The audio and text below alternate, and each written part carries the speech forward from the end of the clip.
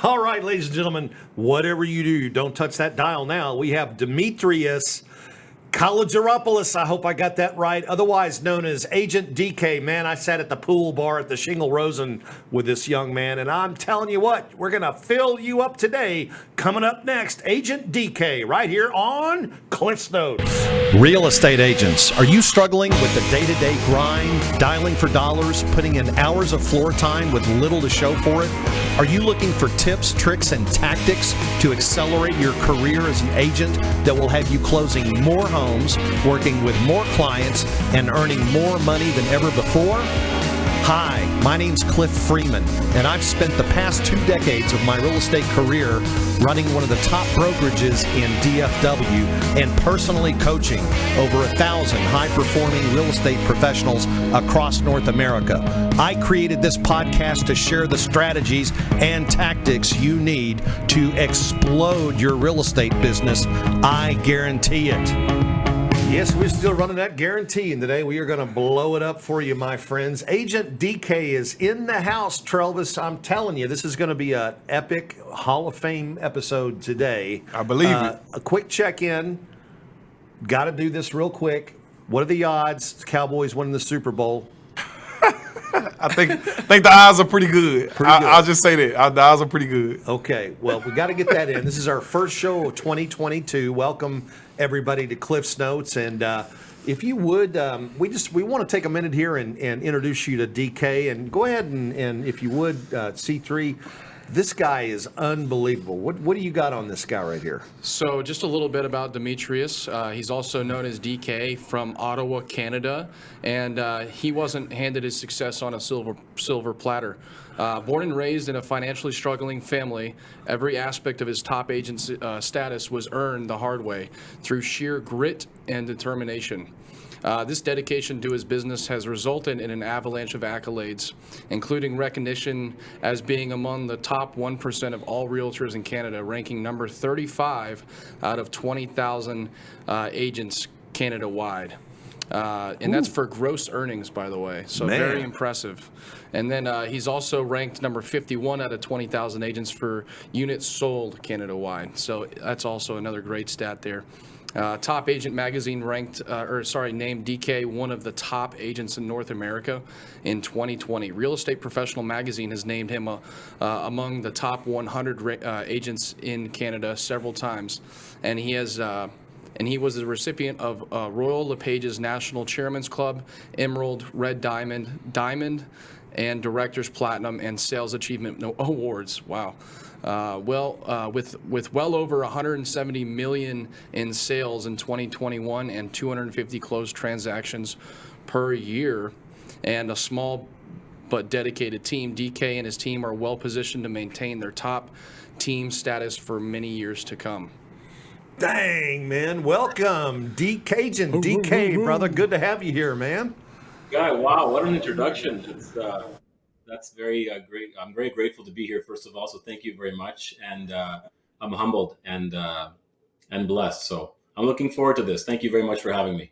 Yeah, well, we're super stoked, super excited to have you on the show. And man, I was, I knew when I met you down in Orlando last week that I had to get you on here as soon as possible to share your story and your success with our audience. And man, I am just really fired up about what you're going to be able to share with everybody today. And really glad to. You're now in business with us as of not too long ago, and so we also want to welcome you to the family in that sense as well. So. DK, man, tell me a little bit about this. You and I were sitting out. You were drinking pina coladas, and I think I was drinking Ying Lang or Ying Ying or whatever it's called, and Yingalings, and you were telling me some crazy stuff, man. But let's take the audience back a little bit. You grew up actually in Toronto, if I recall. Isn't that right, or no? No, we had a few drinks together. So let me. Yeah, that was after the Yinglings or the Dinglings. So I'm born and raised in Ottawa and lived here for until I was about 25 years old. I moved to Toronto and I ended up living there for 5 years. And what took me there is I was selling consumer electronics. I was selling TVs, stereos, and I was good at it. But there's only so much money you can make in Ottawa. Ottawa is the capital of Canada, but it's a very conservative city, 1 million people. All the money in Canada, it's in Montreal, Toronto, or Vancouver. So I said, you know what, I want to go out to Toronto and see what I can do with my life. So there was an opportunity to sell electronics at the best store in the country. It's very high end. All the salesmen are, like in their 60s, 70s, 80s. I was 26. They only leave if they die because these guys make such good money, and it's an institution. And they put an ad out across Canada. Does anybody have the experience to work here? And I applied, I interviewed, and I got it. And I moved to Toronto to sell electronics there.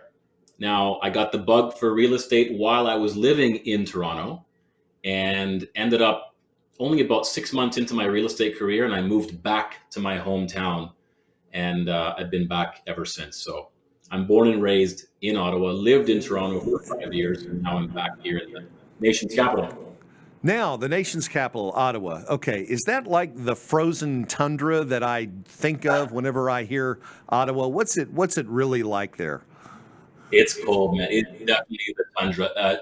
2 days ago, we were the coldest city in the world. On 2 days ago, it's cold. There's a lot of snow, so our business is like seasonal. Like we've got several wardrobes. You've got your winter, your winter clothes, your summer clothes.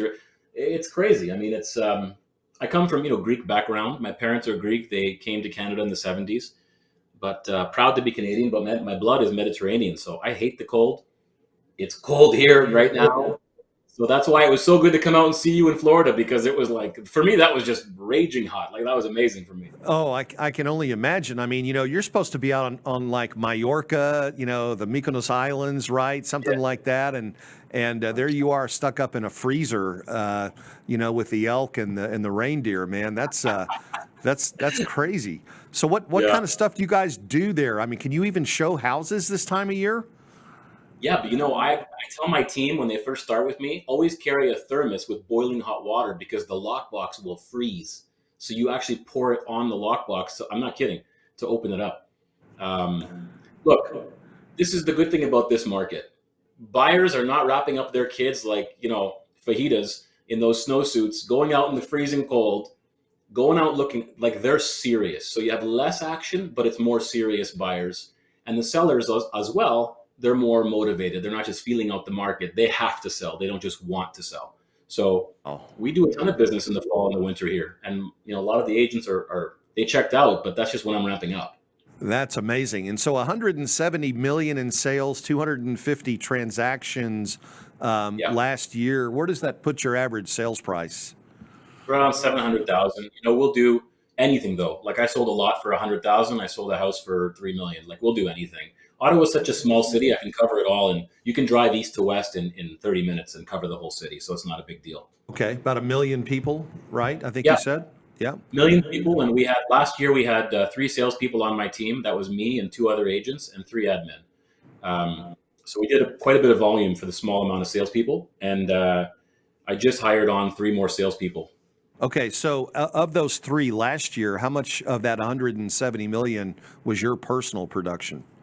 I did 145 ends myself, and then the other 2 did the rest. 145 sides yourself? Yep. And that's with how many admins? 3 total. 2.5. And so how did you structure your admins? Do you have one on the listing side, one on the buy side? How does somebody do 145 stinking deals with that small of a staff?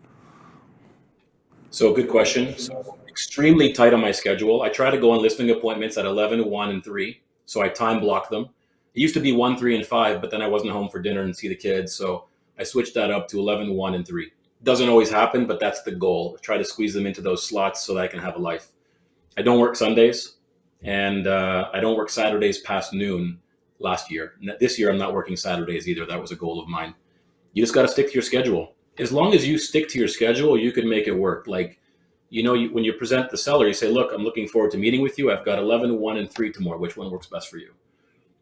And that's it. So as long as you're scheduled, you have extremely tight systems, you can do it. My team, my admin is extremely efficient. So they'll do all the buy and selling. They handle everything for me. Like I don't handle any admin. I just sell. I don't deal a lot. I think I did about 25 buys. The rest were all listings. So the majority of my business is listings. The other two agents on my team, they mainly did buys. I did like 20 or 25 buys where they were referrals. They said, look, DK, they only want to deal with you. You know, those kinds. So the majority of my stuff is listings. Yeah. Okay. And so the coaching, you're obviously a big believer in coaching. You've been with the Mike Ferry organization for how long? My whole career. Your 9 whole years. career. 9 years. Right. Yeah. And obviously Mike teaches you to be a listing agent. Yes.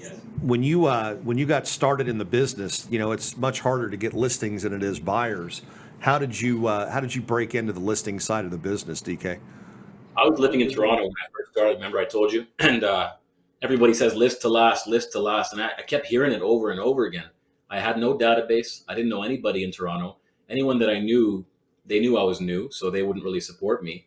It was tough. You know, like I was door knocking. I was going after for sale by owners primarily. As a matter of fact, the first for sale by owner I ever converted, my son was born and he was in a stroller and we needed the money. You know, and I took him door knocking with me, and it was an $800,000 for sale by owner. Knocked on her door. Hi, my name is Dimitrios. You know, I used to say my full name back then. Probably why I wasn't getting a lot of listings. And you know, I noticed you have your house for sale by yourself. Wondering when do you plan on hiring the right agent for the job of selling your home? And she kind of looks over my shoulder. She goes, "Is that a baby?" I said, "Oh yeah. Listen, I need diapers. So when do you plan on hiring the right agent for the job?" Got her laughing. And that's the key, right? Make people laugh. And I got the listing. Didn't I double end it? Made $42,000. My first for sale by owner ever. I was hooked. And that's how I got all of my business. Mike Ferry teaches you how to get a deal now. And that's what I liked about him. There's a lot of coaching companies out there that teach you how to cultivate your database, you know, pop buys. And I love all that stuff. But what if you don't have a database? Like, what do you do if you need a deal now and you don't have anyone you can call or drop off pumpkins to? You gotta make it happen. And that's what Mike teaches you. And that's what I needed. So it was the perfect recipe for a guy like me who was ambitious, but didn't know where to go. So right. That's exactly. my door. Yeah. Yeah. We used to say if somebody dropped you off on a desert island, what would be the first prospecting method that you would use? And it would be calling FSBOs and expireds because they've already demonstrated that they need to sell their house. Correct. And it's a never-ending source of free leads, right? So yeah, the way I look at it, they need our help. I truly believe that we're going to do a better job. So it's not a hard sell for me because if you believe in what you're pitching, it's not really a sale. Like I'm coming from contribution. I genuinely think I'll get you more money and I'll do a better job. So is that not worth having a 20-minute conversation if I can put $10,000, $20,000, $30,000 more in your pocket? Right? And the statistics bear that out too. We don't just make that stuff up. You know, the National Association of Realtors here in their annual survey of buyers and sellers, which is a great publication. I'm not sure that it do you guys have I don't know if you have a Canadian version of it, but it's still, I think the data is just tremendous in there about how much equity for FSBOs typically leave behind. Yeah, we used to coach our agents, still do, that when you see a FSBO sign pop up in the yard, set your watch because in about 45 days, they have to have a little pain, they have to suffer a little bit, but about 45 days after that, there'll be somebody's real estate sign in that front yard. So the key is relentless lead follow-up, and that's the difference between, I think, superstars and average agents. I won't stop calling you until you change your phone number or, you know, you tell me to stop. Like, I won't stop. Sometimes I've gotten a for sale by owner from calling 10 times. You know, certain people are testing you. Will you give up? Are you relentless? You know, I think people want someone who's aggressive on their side to do a good job. And I think that's just you displaying, you know, your professional, aggressive approach to getting a house sold. I couldn't agree with you more. You don't want to hire, somebody that, you know, doesn't have the perseverance because, you know, selling a home, you want to have somebody out there that's take charge, you know, high D, going to go out and get the best, the most they can for your home. I totally agree with you on that. So interesting. So if these agents that you're bringing on, are you bringing them on to your team to take care of more of the buyer business, or what roles will these new agents on your team have? Well, this is sort of a good segue into EXP Realty. So I'm going to be 42 years old in March. And my goal by 45 is to be out of production completely. What really gratifies me, what really gets me going is helping other people achieve their goals. I've already achieved, we can talk about this later if there's time, but I've already achieved way more than I ever thought I was going to. I come from a very humble background. So I thank God and I'm happy with everything that I've achieved. And I want to be able to give that to other people. I want other people to become the best version of themselves. And nothing gives me greater pleasure than doing that. And when I help other people achieve their goals, inherently I achieve mine. So I've changed my focus from I want to do this many deals and this many, it was always transaction based, right? Now it's like, who can I help? How can I help you achieve your goals? And so my goal, to answer your question, very long drawn out answer, is get out of production, bring on more people so they can start handling more of the listings as well. And I will be more of a mentor, coach, leader for the team. And that's what my vision is by 45. And it might happen sooner. And I love selling, so maybe I'll change my tune. But that's my goal, so I can have more time with my kids, so I can have more time to do the things that I love. Well, what is it about EXP that's going to allow you to do that you couldn't do at your previous broker? There's so much. I mean, first of all, I just want to go on record. My previous broker was great. Like no ill will. It was a great relationship while it lasted. But it's Canadian. And although that's great, I was looking to go global. I was looking to go bigger on a larger scale. I was looking to help more people. And this provided me with a platform to do so.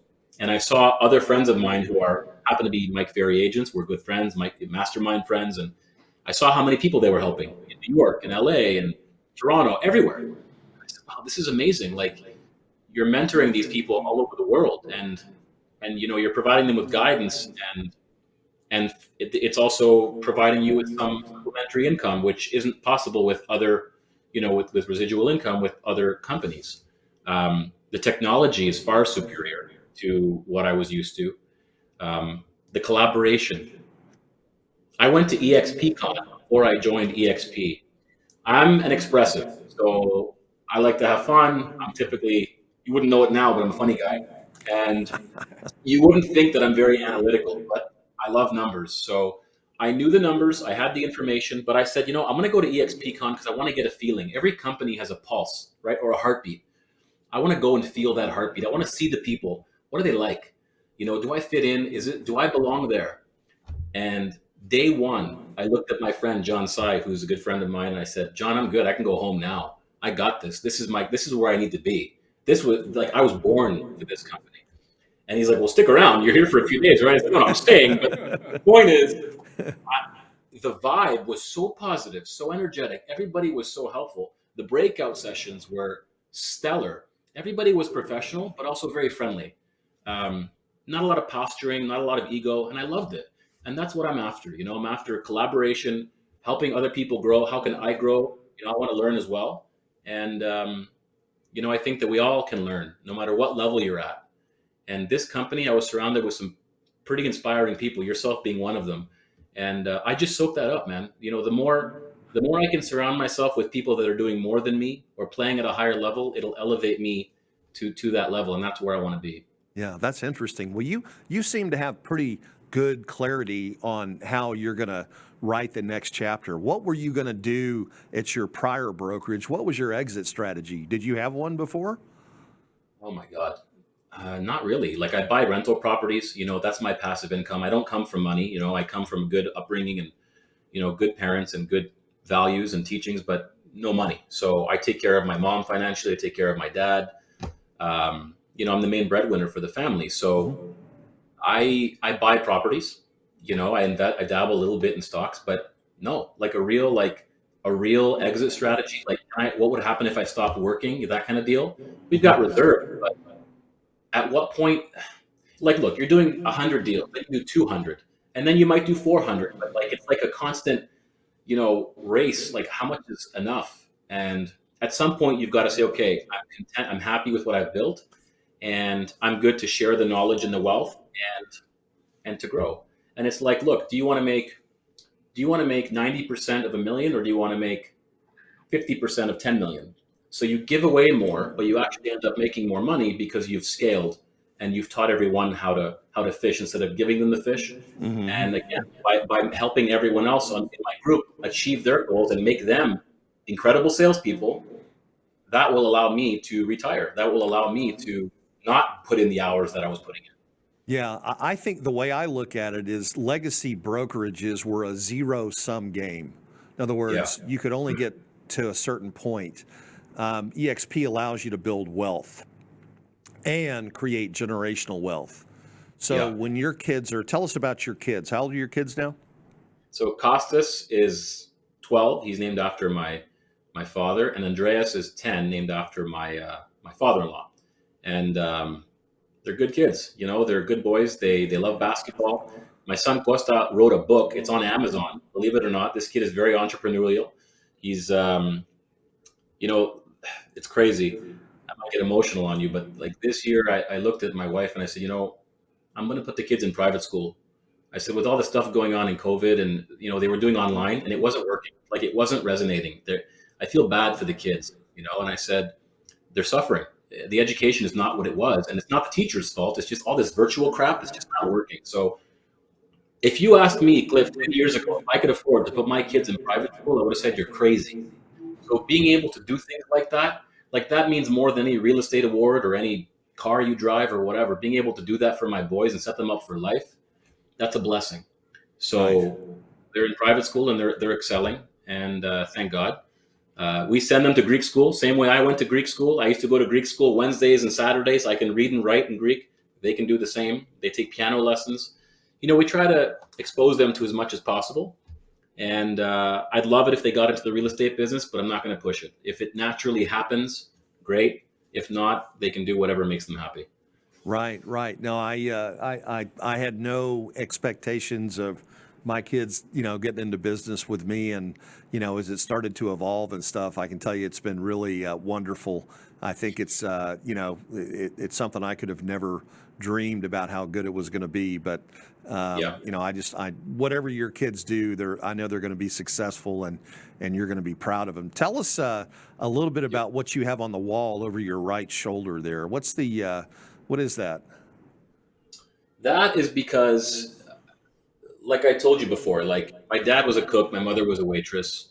You know, we had one bathroom growing up. We grew up in like 1,000 square foot condo townhouse, and while all the other Greek families were making more money and moving out, we stayed.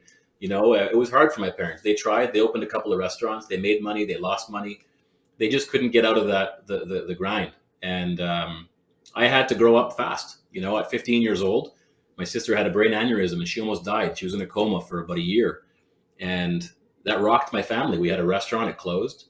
You know, like we could barely afford the bills. And I got a job and started working as many jobs as I could to help support my family, and started selling TVs when I was about 18 years old.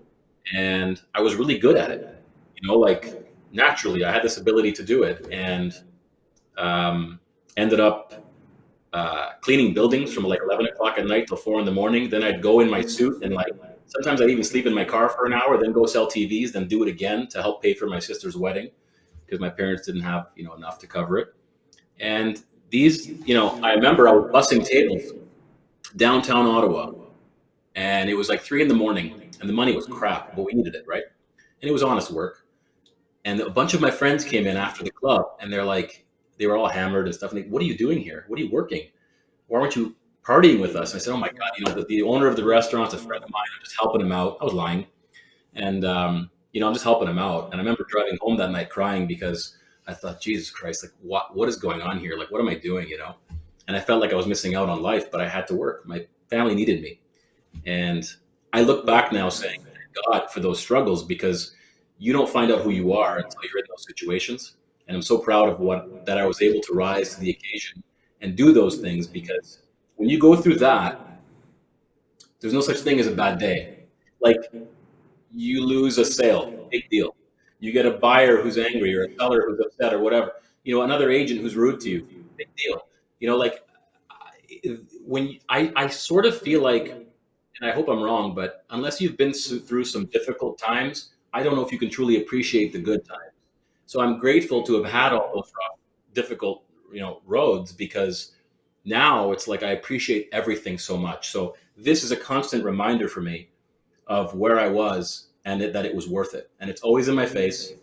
And yeah, I just believe in this mantra, and that's why it's on the wall, because I don't like the term self-made, because you're not, even me, I'm not self-made. My parents made me. Those situations made me. The choices I made me. So nobody is self-made. You're made by your environment and by the choices that you make. And I'm happy that all of it happened, and because of where it brought me to. Does that make sense?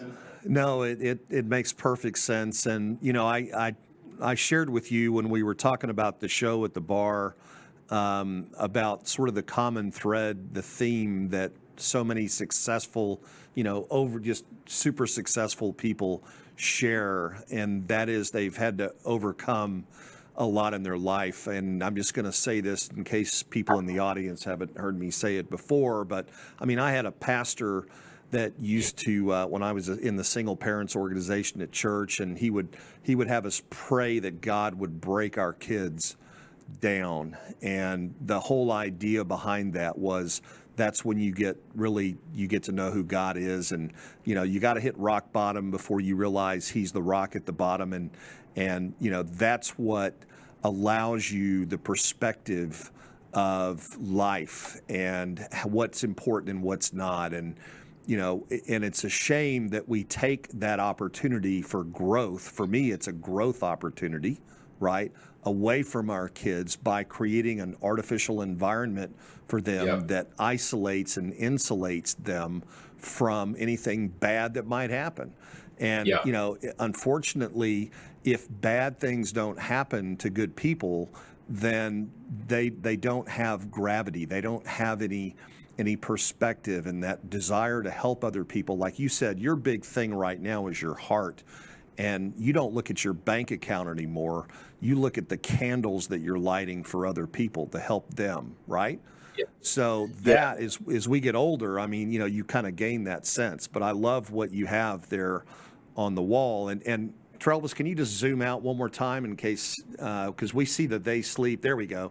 So it says work while they sleep, learn while they party, save while they spend, and then live like they dream, right? So that's really awesome. Okay, I got one more question for you.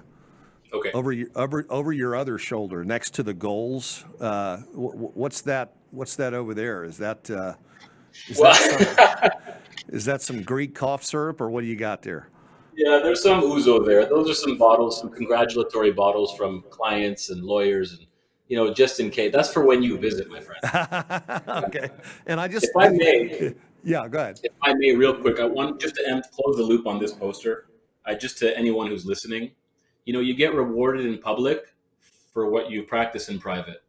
And if you're out there and you're grinding and you feel like there's no end in sight or things aren't clicking, they're just about to. Like, don't give up. Don't stop, because, just when it's darkest, the light's about to come. And I was there, I was 100% there, and it was lasting for a while. And it's like, man, is it ever going to get better? It does. You just have to have faith.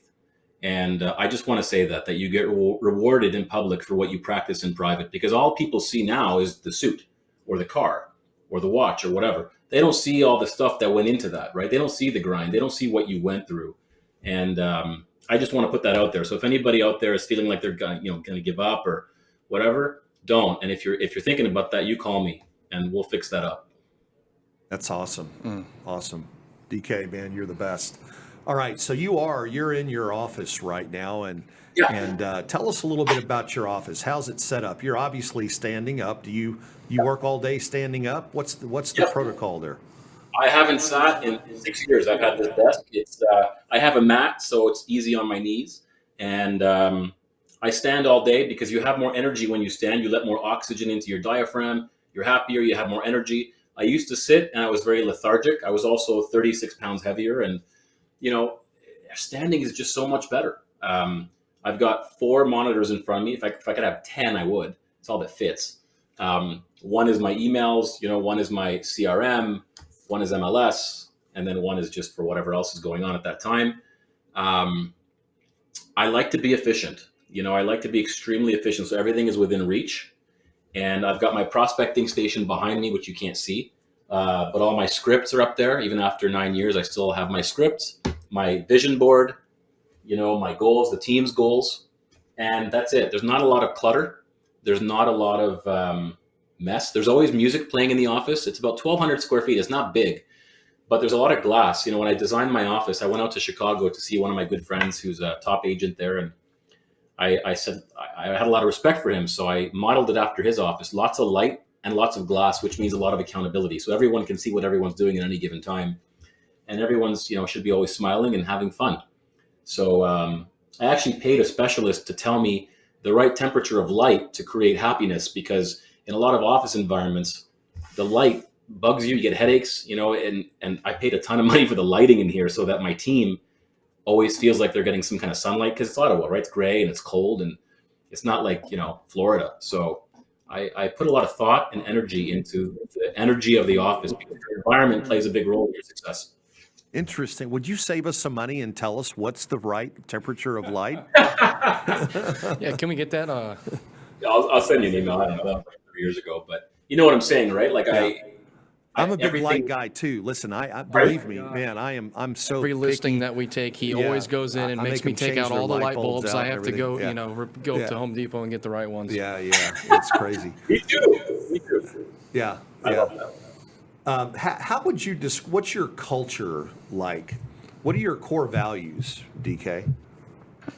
The core values. So on the wall, it says in my office, our mission statement is to empower you so you can make the right decision. So it's literally empower your real estate mission with the Agent DK team. And whenever someone that I hire says to me, what do I do? I say, look at the mantra. What does it mean? Like, what's happening? Tell me about your situation. Well, the client is this and this and this. Did you empower them? Did you give them the information? See, I think a lot of realtors fail to understand, and they think that it's their job to make the decision for the client. In my humble opinion, our only job, educate the client, give them all the options, make sure they're fully informed so they can make an informed decision. And if you do that, that's your only job, is to protect your client, to inform them, and to make sure they have the ability to make an informed decision. Often people say to me, what do you think I should do? And I say, I can't tell you that. It's like you go to a doctor, right? Should I operate? Should I not? I can't tell you that.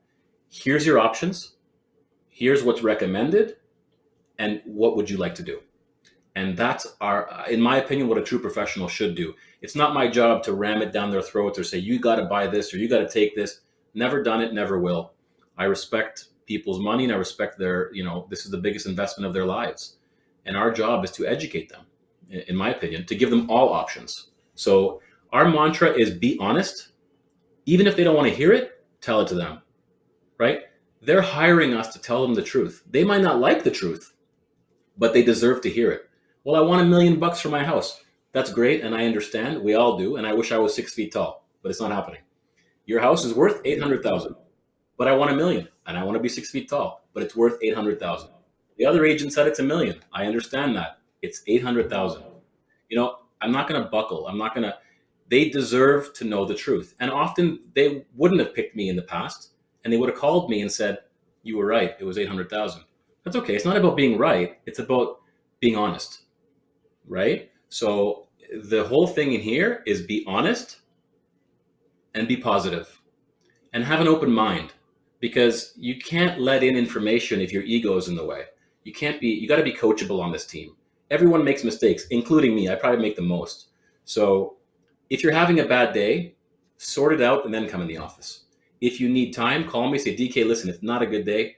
I'll say, you know what? Don't worry about it. Take the day off, because it can have a cascade effect in the office. We all have bad days. We're all human, but I don't allow a lot of that in here. Like, if there's negativity or if there's something going on, not here. It's just, we're running a business and people are relying on us to do a good job for them. So I can't allow, as the team grows, now we're 9, last year we were 5. So I can't allow the negativity to spiral out of control. So I'm all about positivity and I'm all about honesty and empowering people to make the right decision. Awesome. Do you do any affirmations like John does? John Sy? I'm right here. Nice. Let's hear them. Oh, wow. Look at that. You want me to go over some? Yeah, hit us up with a couple of them here. All right. I'm a great salesperson. Top salespeople prospect every day. I will prospect every day. If I prospect every day, I will achieve my goals. I enjoy making the first call. I will set a new record this year. I am the best salesperson in my market. I am a good father. I am a good son. I make prospecting fun. I close with ease. I listen for my client's motivation. I need to prospect at least 2 hours a day. I have a magnetic personality. I see myself achieving my goals. I am relentless. I am unstoppable. I will live each day with love in my heart. When I'm in a good mood, nothing can stop me. I am negativity's worst effing nightmare. And so on and so forth. There's a lot, but I do it every day. That's awesome. Right. Yeah, no, that's incredible. Do you have a hiring process that you use to bring new people on?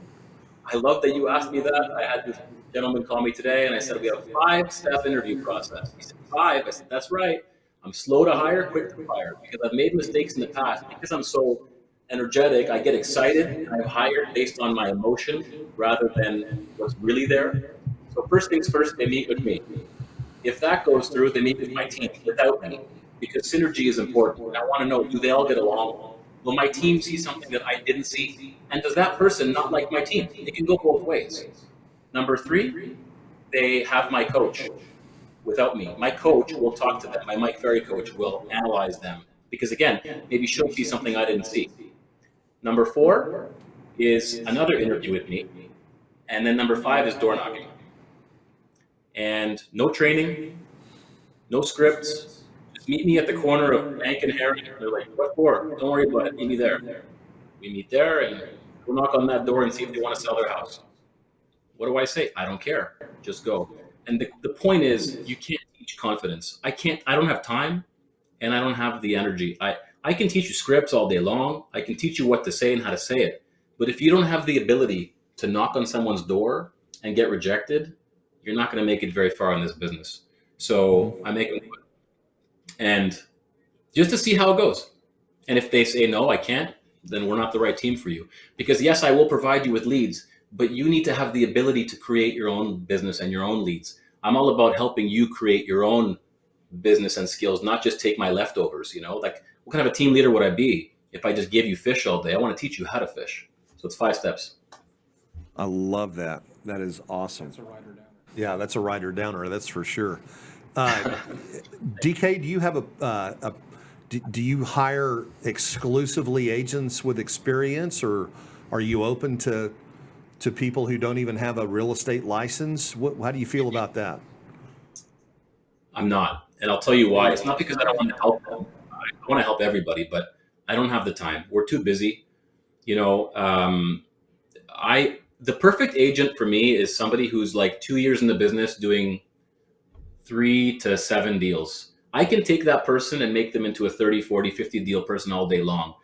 I don't want to teach them the fundamentals, like how to use MLS and how to log into the computer. That's the basics, and that stuff takes time. And I just don't have the time for that. But if they've got that sorted and they just need like tweaking and coaching and mentoring, that's my jam. If they've been in the business 10 years, that can be tricky because they might have a lot of bad habits, and it might be difficult for me to deprogram those bad habits. So I feel like 2 to 3 years in the business is like perfect. With that said, I hired a gentleman this year, a few months ago, but I've known him for 25 years, an incredible salesperson, not a real estate salesperson, but incredible salesperson for 25 years. I know him. So that's different. You know what I mean? If they've got that something and they're going to adapt quickly, then I'll take that person on too. But to take somebody who's brand new and the ink is still drying on their license, I don't have the ability to do so yet. Like the onboarding isn't there yet, but I can see myself getting there one day. What's the first 90 days like on your team? Shadowing me on appointments, previewing properties every day. It's mandatory. You don't get a lead unless you've previewed all of our existing inventory. Like you won't get a lead on any of my listings unless you've seen it first. You can't go see it with the buyer for the first time. You have to have gone to see it before, because I don't want you going in the house with the buyer and the buyer says, what's that building? I don't know. What's that smell? I don't know. Is that east or west? I don't know. What do they need you for? why did I give you that? It doesn't make sense. You're not going to help that client properly. So I need them going beforehand, previewing property every day, learning their scripts, training, role playing. And the first thing I get them to do is build their database. Tell me everybody you know, put it in the CRM, call them, tell them that you're now in the real estate business. You've joined one of the top teams in Canada. And who do you know that's looking to buy or sell that could use our help? I will go with them and help them with those transactions, help them, show them the way. And typically you're right, 90 days, they're typically on their own. I'm there. They can call me and come to me if they have questions. But typically on my team, within 3 months, they're flying. Yeah. Oh, I can't hear you. I'm sorry. Do you do open houses? Not now because of COVID. Okay. They don't allow it. Pre-COVID, yes, my team would do open houses every weekend. I personally haven't done an open house in years, but when I started, I was desperate and I'd do 2 on Saturday and 2 on Sunday. I would do 11 to 1 and 2 to 4, and then 11 to 1 and 2 to 4. Again, I told you I had no database. So I believe in open houses, but I believe in doing open houses the right way. Like, don't go to an open house and call me and say, DK, it was dead. Don't want to hear it. What did I say? No negativity. Did you door knock the street and invite the neighbors? No. Did you bring paperwork? Did you bring a book? No. Then it's your fault. Don't tell me it was dead, because even if not a soul came in, you could have made that time more productive. You could have invited the neighborhood. You could have brought a book. Even just having our signs out there is good because it's advertising. So, again, that's the whole mindset thing, right? We do a lot of mindset training in here. We don't allow that stuff. But yes, we do a lot. We do open houses, and I believe in them. Do you, so people come to the office there in Ottawa, do you do all of your trainings live? Do you stream them on Zoom? So because I'm a face-to-face kind of person, I believe in energy and I love having people around me. Lately, I've been recording them and sending them to my team so they can watch it at their leisure. And, with COVID, it's a different situation, obviously, right? You gotta be flexible. So I've now started recording, and I'm building a training library so that in the future, as I hire people, it's like how to handle an objection for a buyer that doesn't want to sign a buyer contract. Boom, recorded. I think the secret to why we can do so much volume with such a small team is leveraging technology. So I use video a lot. I use BombBomb to send to all of my clients for feedback. Often I'll give the client feedback through a 60-second video instead of having a 20-minute conversation where there's a lot of fluff and stuff that doesn't need to happen. You just record a video, send to the client. They watch it. They love it too. So we use a lot of that stuff. Yeah. And I'm building a library right now so that as people onboard, they can watch the video. That's awesome. How big a role does social media play in your marketing? A lot of my business is generated through referrals, just listed and just sold calls. Excuse me. We get a lot of leads from Google, but I don't buy it. Like, I've never paid for a lead, ever. And I think when I start buying leads, it could be potentially very lucrative because my team is trained very highly on converting. If somebody calls my office and says, I'm calling about 123 Banana Street, if that property is sold, chances are my team's going to sell them another house.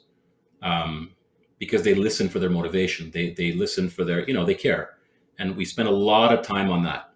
So my goal, again, as I grow this out and I step out of the main rainmaker role, is perhaps starting to flirt with the idea of marketing and see how it goes. I've done a couple of flyers here and there. The only problem I have with it is it's not quantifiable. Like, if I send out 10,000 flyers, how many deals will I do from those 10,000 flyers? 1, 5, 10? So because it's not quantifiable, how do you build a business plan around that? How do I say, okay, 2021, I did 250 ends. How many of those came from a flyer? Can I do that again next year? Is it duplicatable? Maybe. Whereas I know that if I knock on 100 doors, I'm going to do 6 deals. I know that because I've been tracking it for 9 years. So although it's not as sexy and it's a lot of rejection, it works. But that's where the rejection comes into play. It's proactive instead of passive. Both ways work, and no way is wrong, and no disrespect to anybody who's doing either way. It's just not how I've been running my business. And this way is more profitable. It's just more time consuming. Got it. Right? Sure. Yep. Yeah. Yep. But I am toying with the idea. So let's talk scale for a minute. Your big, hairy, audacious goal for the next 3 to 5 years, where do you see are you going to get a bigger footprint? Are you staying in Ottawa? What's the big plan here? It's so exciting. I can't even think about it without smiling. Like, the world is so big, and like, why stay in Ottawa? This company is the whole reason why, I have these goals and these dreams now. I can literally do business anywhere in the world with this company. So Ottawa will always be home. I love it here, but I definitely don't see this being the end destination, 100%. It's got to be somewhere hot. That's for sure. It's got to be somewhere hot.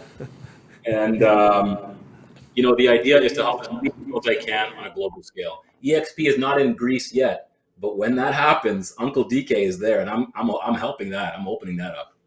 I'm going to mention that in Puerto Rico when I see Michael Valdez and see if I can get a smoke signal on if that might be coming down the pipe. I'm sure it is, but I'd love to help you get in there for sure, because I need somebody that speaks Greek to go hang out with, in the local establishments, right? So you're mad. Pre-COVID, I was going to Greece for a month every year in the summer, and my team is so efficient that business would go up; it wouldn't go down. I was really blessed. So that's the goal, to travel, enjoy life. What's the point of working so hard if we can't enjoy it? It's got to be some sort of a two-way street there. Yeah, my Irish in-laws used to say, you folks over in the United States, you live to work. In Ireland, we work to live. Yeah, and yeah, it's a big, huge difference. I don't know if you remember before the show, DK, but I mentioned to you that we're going to look up, and I'm going to look at C3 and go, man, do you believe this? We are already at the end of the show here. I can't believe how fast this went. Yes. I'm not kidding. Like we just started. We did. I mean, we could go on for hours.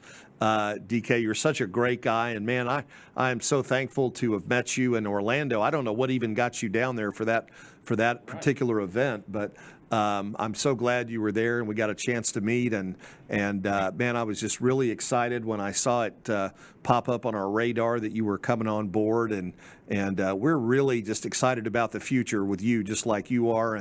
And we're here for you, man. Anything we can do to help, don't ever hesitate to reach out. Is there anything that maybe we should have asked you that we didn't today? Anything that you wanted to talk about in particular? We got a minute left here. No, just like I said, my biggest thing is helping people. Like, a lot of people need someone to believe in them before they believe in themselves.